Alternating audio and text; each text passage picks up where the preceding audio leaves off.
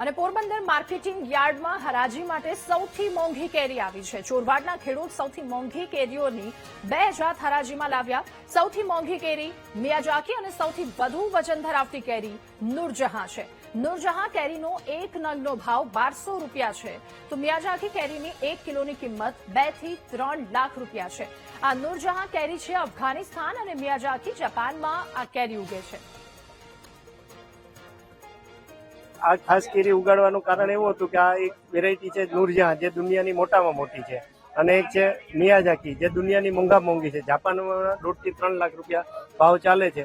અને અમે ગાય આધારિત પ્રાકૃતિક ખેતી કરીએ છીએ, અને ગાય આધારિત ખેતીમાં ખેડૂતો ખેતી કરે અને ખેતીની સાથે આ થોડા વૃક્ષો વાવે તો આ કેરી પોતાના ઘરે જ ખાવા મળે।